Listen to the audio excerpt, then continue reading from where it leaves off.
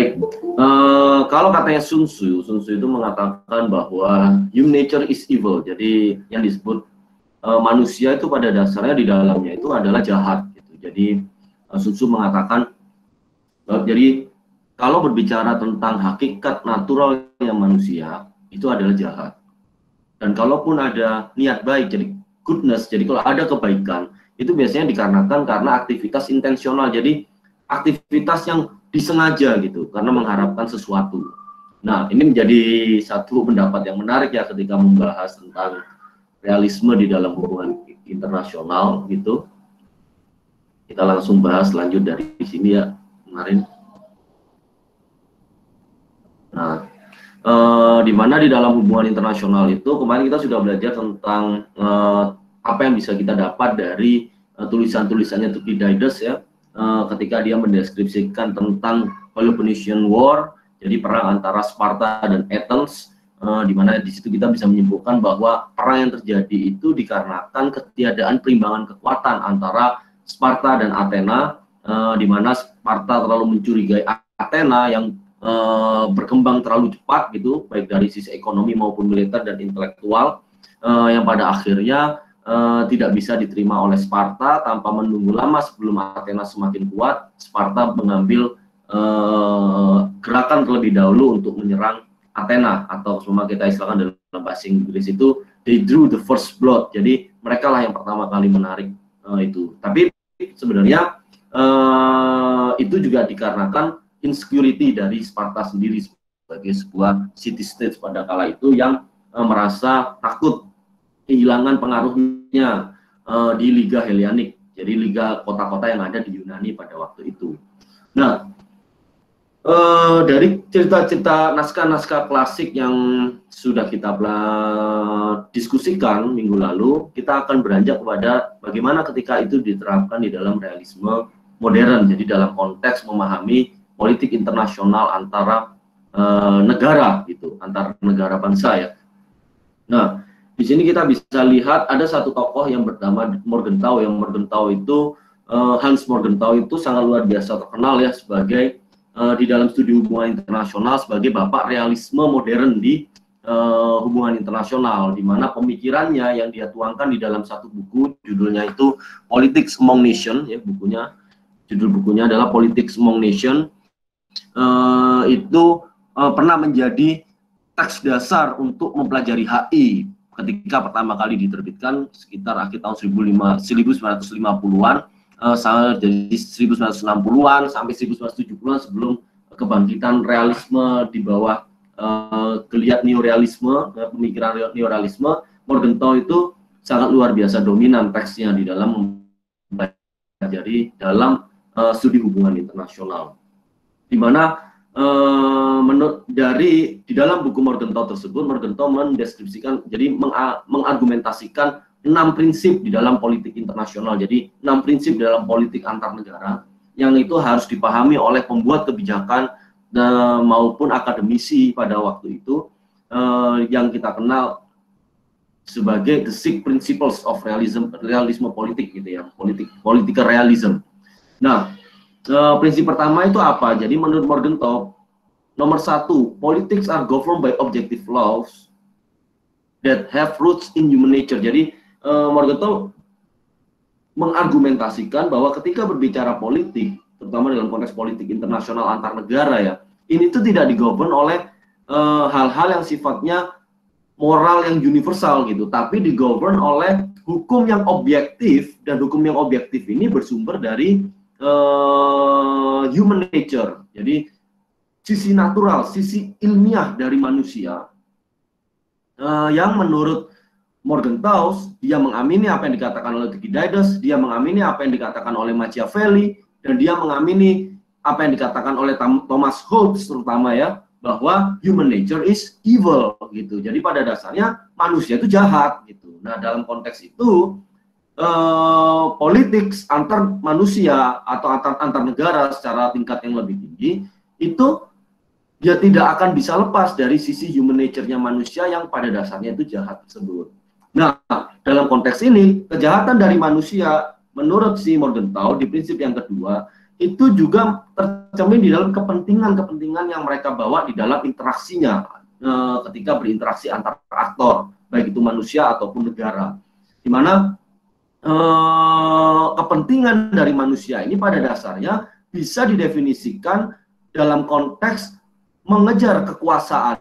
Jadi divide in terms of power. Jadi pada dasarnya kepentingan dari manusia itu keinginan untuk meraih kekuasaan di dalam masyarakat ataupun di dalam politik internasional gitu. Nah, ini menjadi definisi yang sangat penting sekali, prinsip yang sangat penting sekali karena dalam konteks politik ya kekuasaan itu menjadi satu tolak ukur yang sangat luar biasa gitu. Nah, oleh karenanya ini masuk ke dalam prinsip yang ketiga menurut si Morgenthau, yang disebut kepentingan itu selalu dinamis. Kenapa dinamis? Jadi akan tergantung aktor ini membutuhkan apa di dalam konteks memenangkan politik kekuasaan, baik itu antar negara ataupun antar aktor gitu. Antar aktor ya kalau dalam misalnya kalau di dalam politik domestik ini, cuman dalam hal ini Morgenthau berbicara dalam konteks politik antar negara, di mana kepentingan negara itu ya dinamis gitu, tergantung apa yang diinginkan dan dibutuhkan oleh negara tersebut untuk menguasai. Jadi untuk menguatkan kekuasaan di dalam politik internasional gitu istilahnya. Nah, ini juga terrepresentasikan di dalam salah satu kata-kata yang sangat luar biasa terkenal ya. Ada satu quote di dalam dunia diplomatik yang kita kenal, yang pada waktu itu diucapkan oleh Lord Acton ya, yang mengatakan bahwa there is no permanent friends and there is no permanent enemy. Jadi tidak ada musuh jadi tidak ada teman yang abadi. Dan tidak ada musuh yang abadi. There's only the interest of Great Britain. Jadi cuma ada kepentingan dari British Raya, jadi Inggris Raya. Nah itu yang juga sangat relevan sekali dalam konteks prinsip-prinsip realisme politik ala Morgenthau ini. Gitu. Nah, yang keempat, menurut Morgenthau prinsip yang keempat adalah hal-hal yang sifatnya moral, jadi moralis ya, orang-orang yang berpikir tentang moral, prinsip-prinsip moral itu sifatnya abstrak gitu. Itu hal yang abstrak dan sangat subjektif.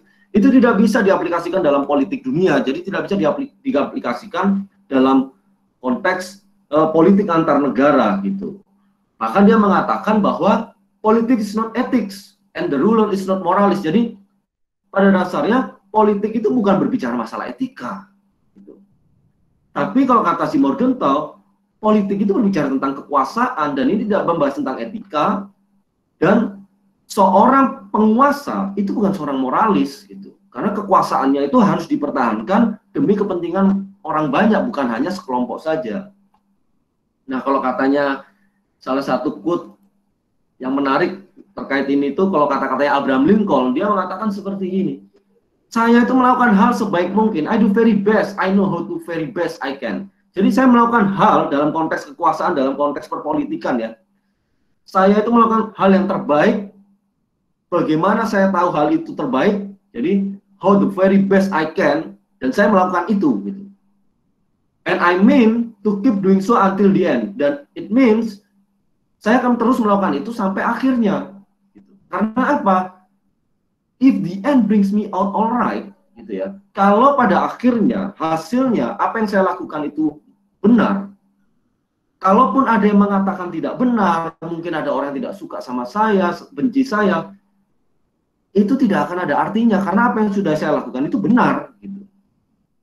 Tapi kalau saya itu tidak berlaku demikian dan pada akhirnya itu salah, gitu ya. Maka kalaupun ada 10 malaikat bersumpah bahwa saya itu benar, tidak akan ada orang yang percaya. Itu kalau katanya Abraham Lincoln. Makanya kalau kita kembalikan lagi dengan istilahnya Morgenthau, ya politik not ethics. Apa hasilnya dari politik kekuasaan tersebut? Apa yang didapat dari sana? Dan seorang penguasa itu ya bukan seorang moralis. Kalau dia moralis, dia akan, kalau katanya Morgenthau, dia akan terperdaya oleh moral-moral yang dia pegang, yang pada akhirnya itu malah menggagalkan tujuan utama dari politik untuk menguatkan kekuasaan di dalam politik dunia.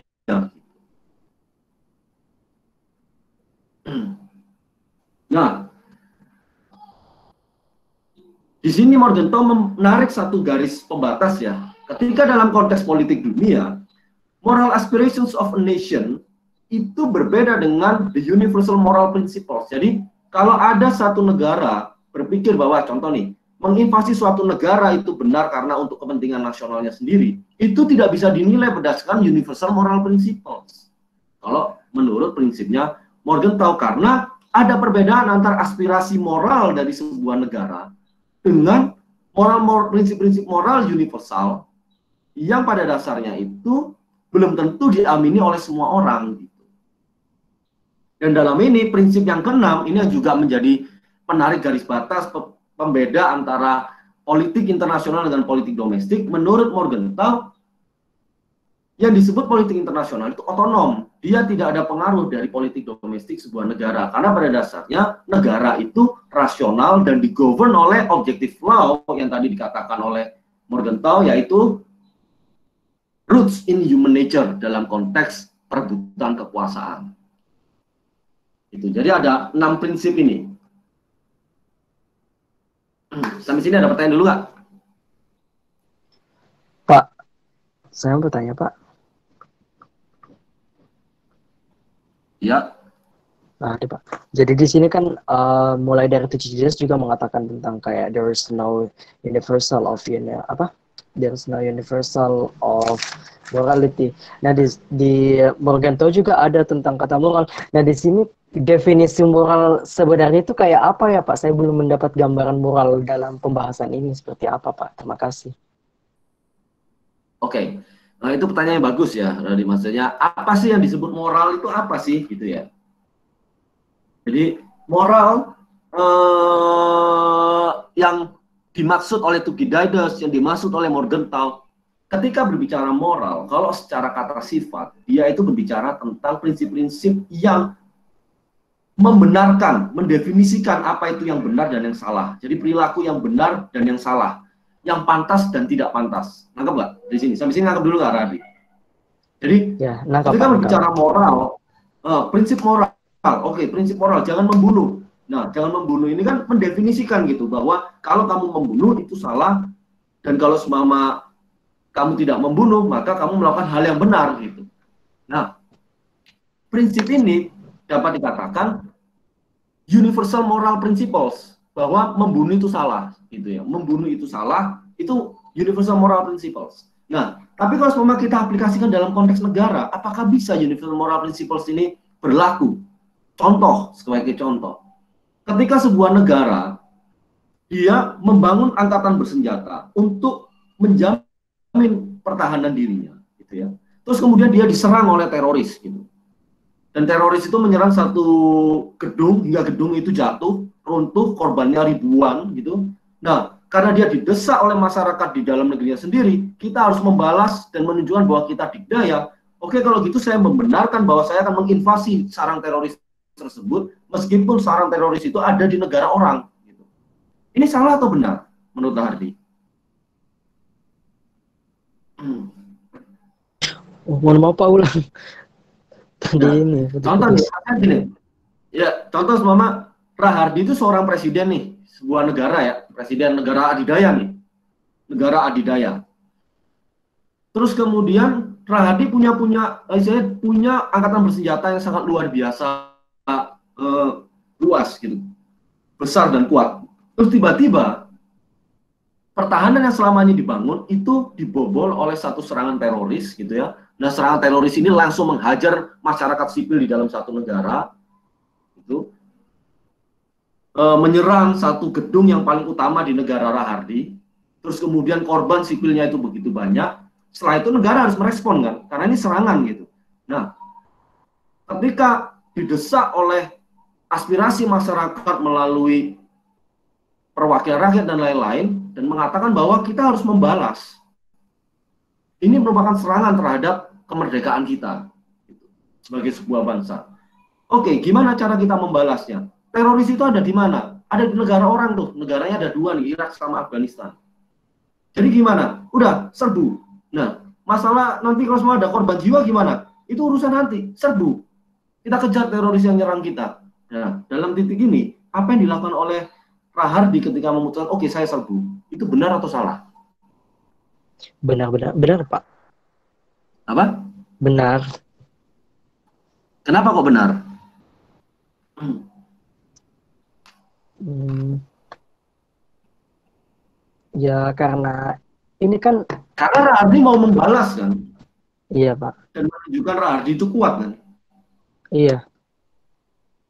Nah, padahal ada universal moral principles bahwa membunuh itu salah. Kalau kamu serbu, pasti akan ada korban jiwa, tentaramu pasti akan menyerang dan pasti akan ada yang terbunuh. Nah, apa yang kamu lakukan itu salah atau enggak jadinya? Lu gimana ya Pak? Susah kan? Susah kan? Jadi susah. Coba Oh, Yusuf, itulah Yusuf. itulah sebabnya kenapa bisa itu ya Pak. Apa maksudnya?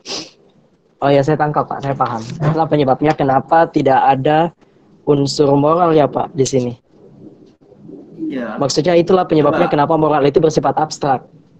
Karena seperti itu ya Pak. Nah, moral jadi universal moral principles itu nggak bisa diaplikasikan di dalam politik internasional.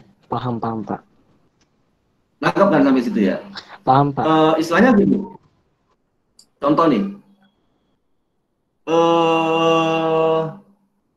Contoh ya, contoh. Rahardi punya istilah gini, Rahardi seorang presiden di satu kawasan yang daerahnya itu instabil, bisa terjadi perang kapan saja. Tangkap ya, sampai sini tangkap ya. Kapanpun tiba-tiba ada yang memprovok, bisa terjadi perang. Gitu.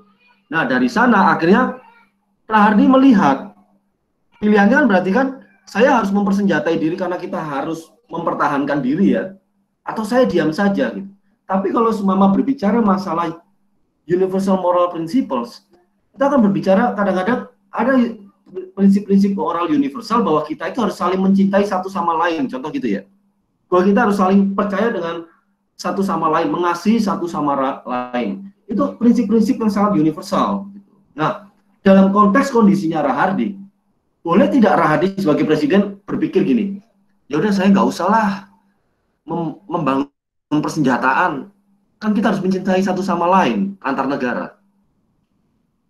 Nah, sedangkan Rahardi tahu tetangga Rahardi beli tank, beli pesawat, gimana?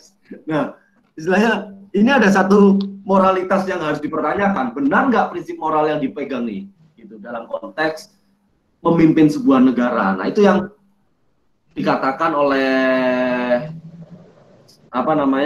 Morgenthau, moral principle itu abstrak, itu nggak bisa diaplikasikan gitu. Karena politik itu tidak berbicara masalah etika, dan seorang penguasa itu bukan seorang moralis gitu. Karena kalau katanya si Lincoln juga ngomong, kalau kamu pada akhirnya bahkan kamu menjadi orang paling baik di dunia ini, gitu ya, tapi ternyata tiba-tiba negaramu diserang, hancur, masyarakatmu mati semua, ya kamu akan dicatat oleh sejarah sebagai pemimpin yang bodoh. Nangkep nggak, Randy? Iya, nangkep Pak. Kalaupun ada 10 penulis buku mengatakan kamu itu pemimpin yang baik karena karaktermu dalam memegang prinsip moral gitu, pada akhirnya kamu tetap akan dibilang pemimpin yang bodoh, nggak ada orang yang percaya. Karena apa? Ya karena kamu yang mimpin, korban jiwanya banyak gitu. Nangkep sampai sini jelas nggak moralnya dalam hal apa? Iya, jelas Pak. Oke, yang lain, Caca? Pak, saya boleh minta ulang yang nomor 6 nggak Pak? Poin ke-6. Oh ya, jadi poin nomor 6 itu dia berbicara tentang autonomy of international politics. Jadi politik internasional itu otonom. Kenapa dia otonom? Karena seorang, menurut si Morgenthau, negara itu merupakan aktor yang unitary, jadi aktor yang satu. Jadi apa yang dilakukan negara di dalam politik internasional itu tidak bisa disamakan dengan bagaimana mereka melakukan politik domestik. Gitu. Jadi tidak ada kaitannya. Karena apa?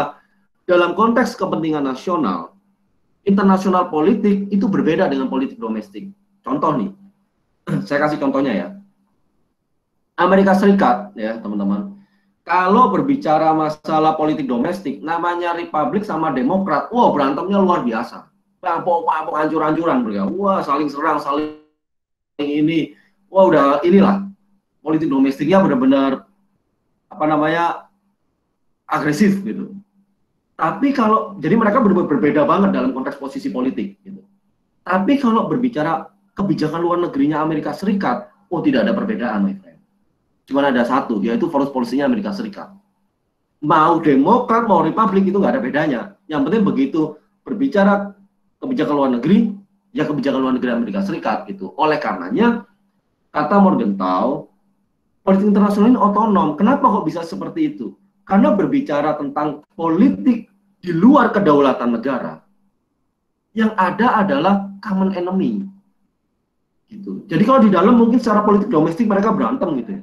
Tapi begitu berjumpa dengan negara lain, ini entitas yang berbeda yang harus mereka bisa kelola dan kalahkan bersama-sama gitu. Makanya berdasarkan human nature-nya juga manusia itu evil. Nah, oleh karenanya ketika dia berbicara tentang entitas yang berbeda, mereka bisa bersatu. Gitu. Nah, ini makanya dia mengatakan ada perbedaan antara internasional politik dengan politik domestik. Karena internasional politik ini otonom. Gitu. Contohnya kayak gitu, Aneta.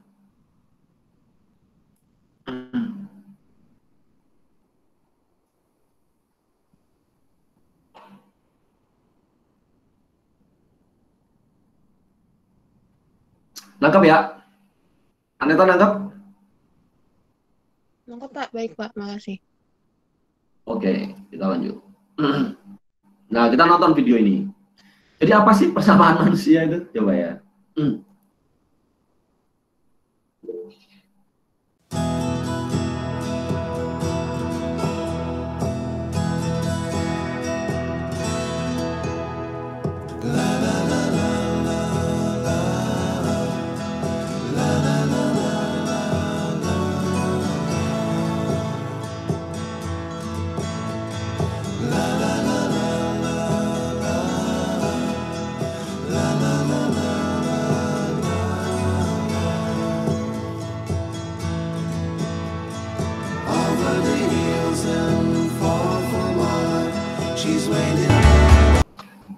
Oke, dari situ apa yang didapat? Manusia Saya, itu Pak. serakah, Pak. Saya Siapa? Rahardi, Pak. Rahardi. Abel, Pak.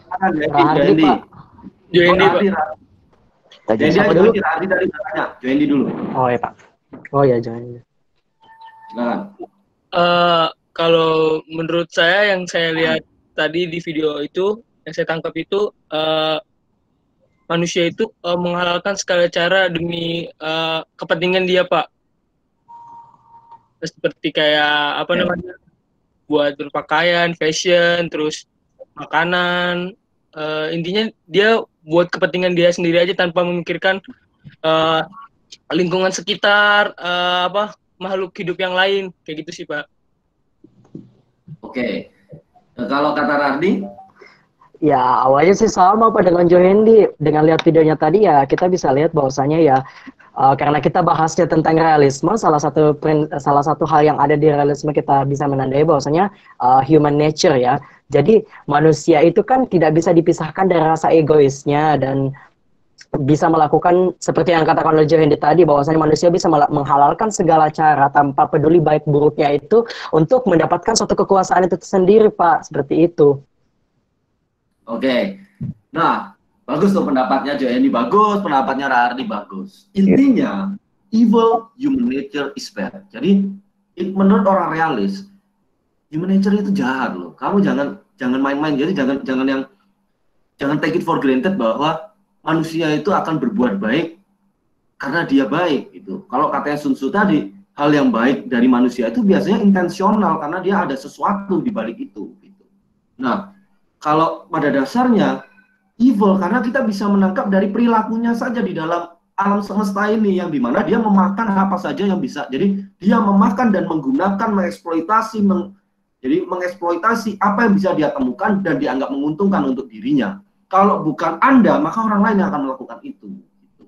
Nah, ini harus ditangkap esensi dari cara berpikir filsafat dalam konteks human nature-nya manusia untuk orang-orang realis, di mana yang disebut moralitas baik dan benar itu pada dasarnya abstrak dan tidak bisa diaplikasikan dalam konteks politik dunia. Karena apa? Kalau berbicara masalah politik dunia, kamu harus kembali ke sisi human nature-nya manusia, gitu. Bahwa kalau melihat bagaimana manusia berperilaku di dalam alam semesta, ya dia buruk gitu sebenarnya. Itu morality not applicable di dalam politik dunia kalau kata orang realis. Ini kata orang realis loh ya. Jangan sampai ini ada 102 orang terus jadi realis semua ya. Tapi kalau semua Anda mengamini ya nggak apa-apa. Ini satu fundamental pemikiran yang penting gitu. Nah, dari sini orang-orang realis dia punya konsep-konsep utama dalam konteks membahas hubungan internasional. Yang pertama, hubungan internasional ya bisa dilihat dari kekuasaan. Jadi power ini bukan literally kekuatan ya, tapi kekuasaan, di mana kekuasaan ini ditopang oleh kekuatan-kekuatan, teman-teman. Jadi ada yang disebut kekuasaan, dan yang disebut dengan kekuasaan ini kalau dalam konteks pemahamannya itu selalu dilihat dalam bentuk hubungan terhadap sesuatu. Gitu. Contoh, saya kasih contoh. Rahardi adalah orang yang berkuasa. Oke, kenapa dia orang yang berkuasa? Satu, karena dia punya senjata. Hubungannya terhadap senjata itu yang menjadikan dia berkuasa. Dua, dia punya teman yang banyak. Karena dia punya teman yang banyak, hubungannya terhadap pertemanan yang sangat luar biasa, jaringan yang sangat luas, itu yang menyebabkan dia itu orang yang berkuasa. Gitu. Terus yang ketiga, contoh, dia orang yang punya uang banyak sekali. Hubungannya terhadap apa yang disebut uang sebagai nilai tukar di dalam kehidupan bermasyarakat, itu yang menjadikan dia adalah orang yang berkuasa. Nah, negara juga sama, teman-teman. Teman-teman bisa lihat, negara apapun di dunia ini akan selalu diukur. Jadi measurement itu konsep kedua. Jadi yang satu kekuasaan yang ditopang oleh kekuatan-kekuatan. Nah, kekuatannya inilah yang akan diukur, di-measure gitu, diukur melalui berbagai macam indikator. Contoh nih, oke, Amerika Serikat, dia kuat kenapa? Perekonomiannya kuat, satu indikatornya. Dia secara economic power luar biasa. Terus kemudian apa lagi? Military power, pertahanan dan keamanan, senjata. Oh, dia kuat. Terus kemudian kekuatan apa lagi? Kekuatan aliansi sangat luar biasa, aliansinya di mana-mana di dunia ini. Terus kemudian apa lagi? Yang terakhir, kekuatan budaya. Oh ya, itu juga.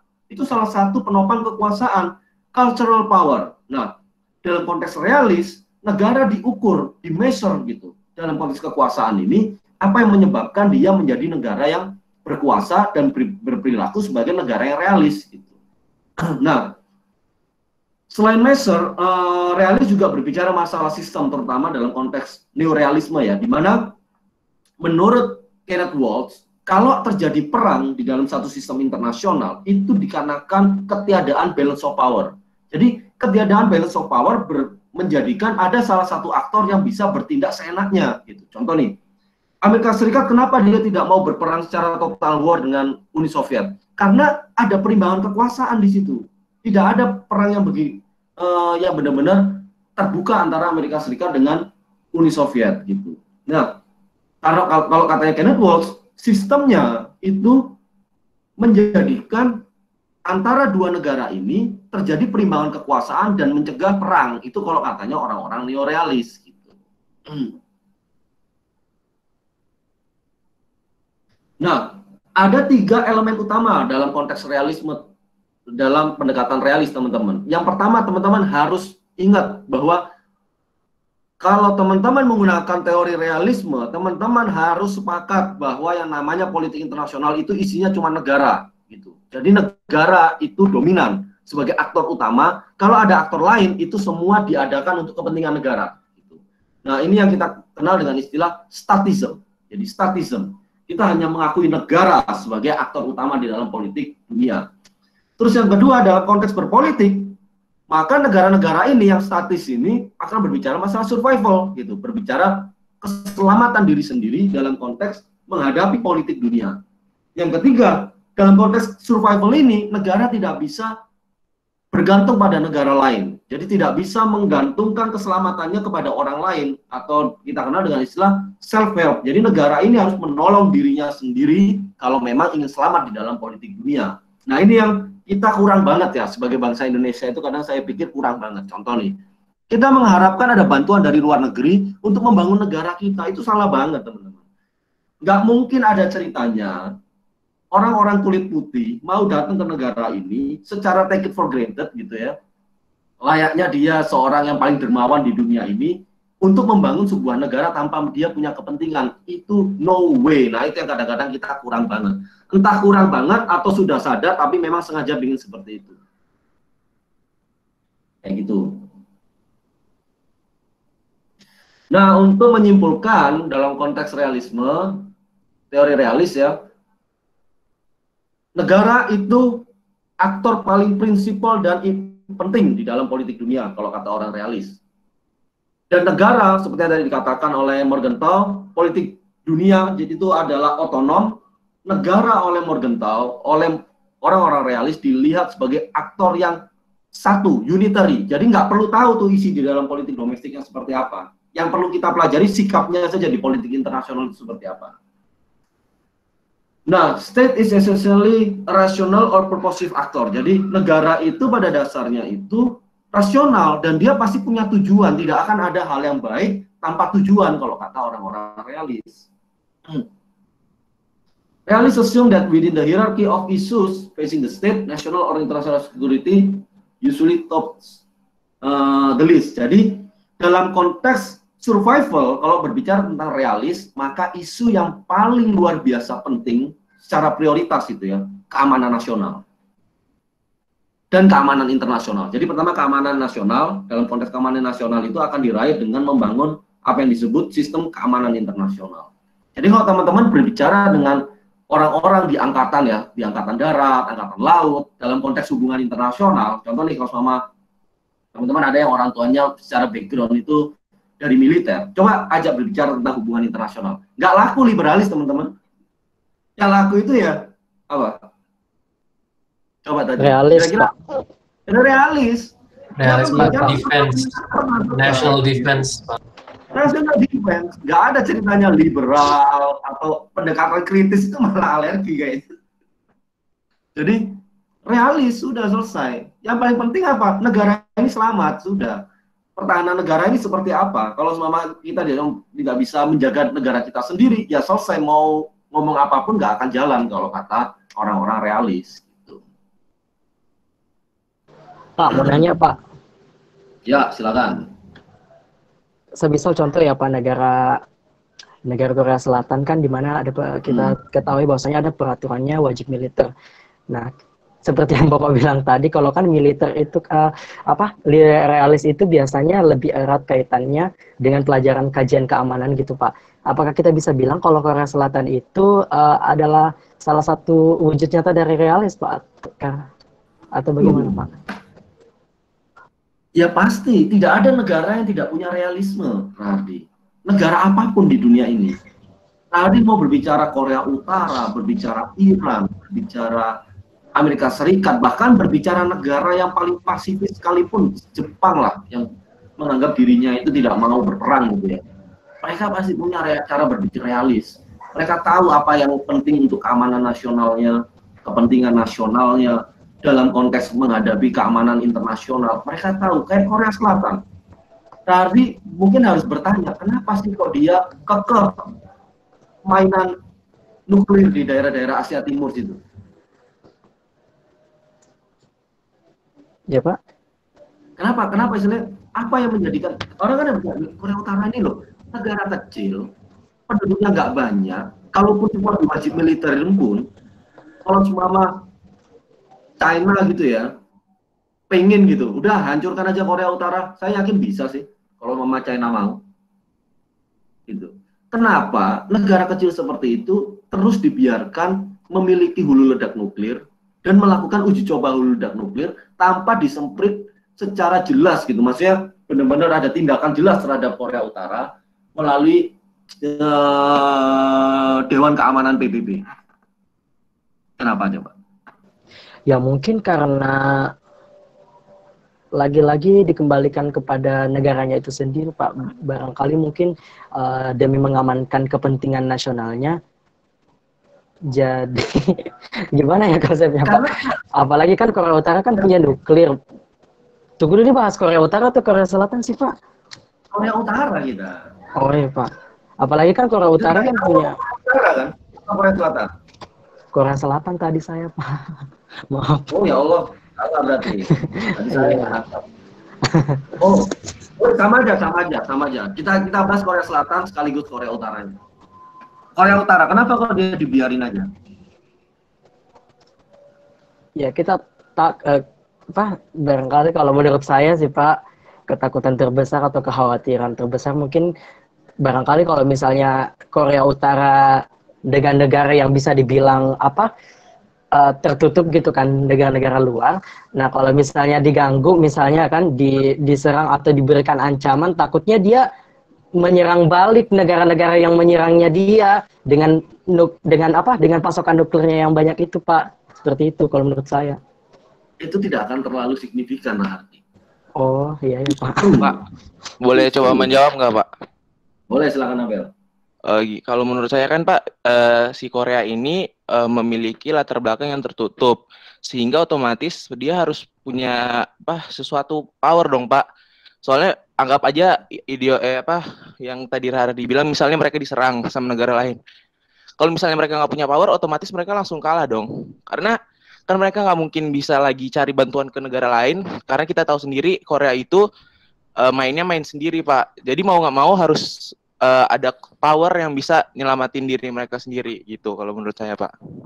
Dari Korea Utara dia akan berpandangan bahwa ini satu-satunya cara saya untuk bisa bargaining kan, bahwa saya punya nuklir.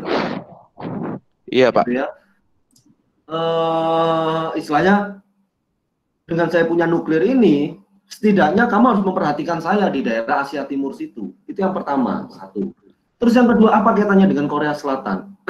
Sama dengan Korea, jadi gini, Korea Selatan juga punya cara berpikir realisnya jelas sekali. Kenapa dia meminta wajib militer dan lain-lain? Karena dia takut. Gitu. Dia harus menghadapi Korea Utara sebagai hasil dari perang Korea gitu ya, di mana punya ideologi yang berbeda. Dan oleh karenanya Korea Selatan lebih mendekat ke Amerika Serikat daripada ke China atau Rusia. Karena apa? Mereka mengharapkan perlindungan itu gitu untuk menghadapi Korea Utara sebagai satu representasi ideologi komunis yang dulunya itu punya kaitan dengan Uni Soviet. Gitu. Nah, dalam konteks perang ideologi inilah kenapa pada akhirnya terpecahlah Korea Utara dan Korea Selatan gitu ya. Dan sampai sekarang sisa-sisanya itu masih ada, bahkan sudah beberapa kali berusaha untuk melakukan unifikasi, tidak bisa. Nah, aktor-aktor di luar negara mereka juga bisa melihat, Rahardi. Contoh nih, perimbangan kekuasaan di Asia Timur itu siapa aja sih? Di Asia Timur itu ada Jepang, ada China, ada Korea Selatan, ada Korea Utara. Gitu. Nah, kalau di antara empat ini sebenarnya itu yang paling kuat siapa? Kalau secara angkatan persenjataan dan perekonomian mungkin China gitu ya. Korea Selatan dan Jepang sangat bergantung sama Amerika Serikat. Nah, pada dasarnya kalau seandainya hanya bergantung, maka China dan Jepang dan Korea Selatan itu tidak aman menghadapi China. Tapi karena ada Korea Utara, maka ada empat negara ini nih yang saling melakukan perimbangan kekuasaan. Yang Korea Utara itu punya hulu ledak nuklir, sukanya mainan nuklir gitu ya, itu yang menjadikan China itu juga jadi was-was gitu. Jepang dan Korea Selatan itu juga was-was sama Korea Utara sehingga dia akan selalu dekat dengan Amerika Serikat. Nah, dinamika kepentingan ini yang ditangkap oleh orang-orang realis dalam konteks bagaimana Korea Selatan, Korea Utara, China, Jepang itu berperilaku di Asia Timur. Gitu di cara berpikirnya.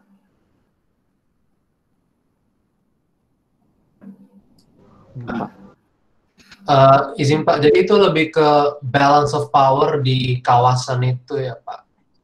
Betul, betul. Karena kalau secara teori, ketiadaan balance of power itu akan berujung pada perang. Kalau menurut teori realis.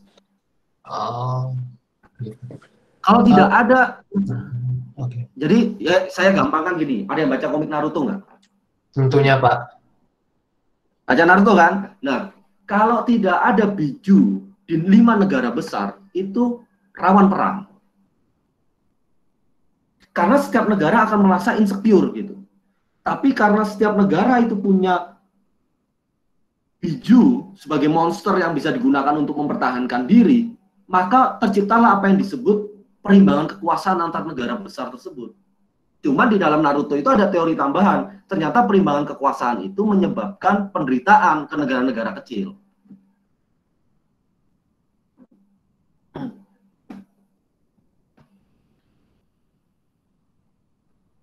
Kalau di Asia Timur coba, Jepang sama, jadi gini, Jepang dan Korea Selatan, dia nggak develop senjata nuklir loh. Jepang punya nuklir, tapi dia tidak develop untuk persenjataan. Yang punya nuklir siapa di situ? Yang punya nuklir warhead? China dan Korea Utara. Di Asia Timur, saya bilang di Asia Timur. China dan Korea Utara, Pak. China dan Korea Utara, makanya Korea Utara dibiarin aja. Korea Selatan mau nggak mau ya dia ngikut, dia juga punya realisme politik. Mau nggak mau dia harus ngikut ke Amerika Serikat dalam hal itu. Karena apa? Kalaupun semua diwajib militerin di Korea Selatan, kalau mereka berperang, ya berat juga untuk mereka.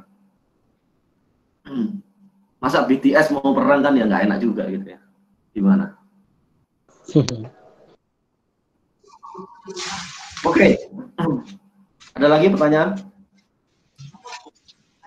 Iya Pak, dalam konteks Asia Timur tadi Pak, selain Korea Utara tuh, selain nuklir Korea Utara yang kita ketahui itu mengancam Jepang dan Korea Selatan itu yang kita diskusikan tadi, apakah wamil Korea Selatan ini berhubungan juga dengan jumlah total military personnelnya Korea Utara? Walaupun ya Bapak bilang mereka itu quote-unquote dikit, tapi overall tuh 6 million total personnel itu no joke, Pak, menurut saya. Dan kalau kita lihat lagi itu Korea Utara, maaf, itu bisa aja menganggap dirinya sudah backed against the corner. Jadi kalau udah bertempur tuh udah kayak all or nothing, mending menang daripada mati. Jadi ini ya Pak, sistem pertahanan rakyat semesta gitu ya, sistem merata kalau orang Indonesia. Iya, itu kan logiknya ya, logik pertahanan negara, terutama misalnya gini, negara dia dalam konteks measurement pertahanan, ketika dia melihat negaranya itu jumlah penduduknya itu kecil, maka setiap sumber daya manusia yang di situ harus bisa angkat senjata, Windriarko. Dan setiap makhluk yang hidup di situ harus siap mempertahankan negaranya, meskipun harus menggadaikan nyawa. Itu logik yang harus ditanamkan kepada masyarakat. Kalau seumpama negaramu memang di tengah kondisi yang dihadapi oleh Korea Utara ataupun Korea Selatan sekalian. Korea Selatan itu pun bahkan ya siapapun ya, Super Junior pun ikut wajib militer gitu. Karena kalau enggak ya gimana mereka mau mempertahankan negaranya? Bagaimana mereka bisa menunjukkan di antara aktor-aktor di luar itu yang juga punya kepentingan terhadap dirinya bahwa saya siap untuk mempertahankan diri. Jangan lupa loh, di Korea itu dulu mereka pernah jadi korban di Perang Dunia Kedua, ingat nggak? Iya Pak, comfort women, forced conscription dan lain-lain. Mereka akan belajar dari sejarah bahwa mereka harus bisa mempertahankan diri. Nujuk gitu emang. Kekuatan mereka nujuk.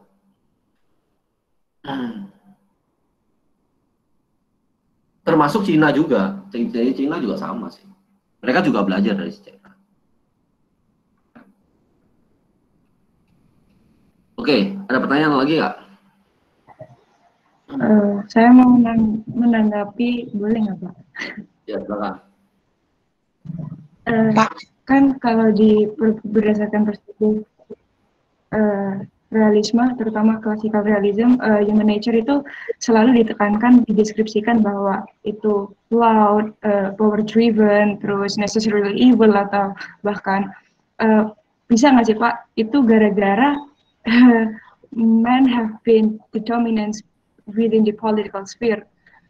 Saya nggak bilang perempuan juga lebih baik sih daripada laki-laki, cuman bisa nggak sih Pak, itu salah satu faktor yang menyebabkan bahwa human nature itu punya gambaran yang seperti itu gitu. Apakah mungkin ada kemungkinan bahwa the way human nature is can be changed as more women is involved within the political practice kayak gitu.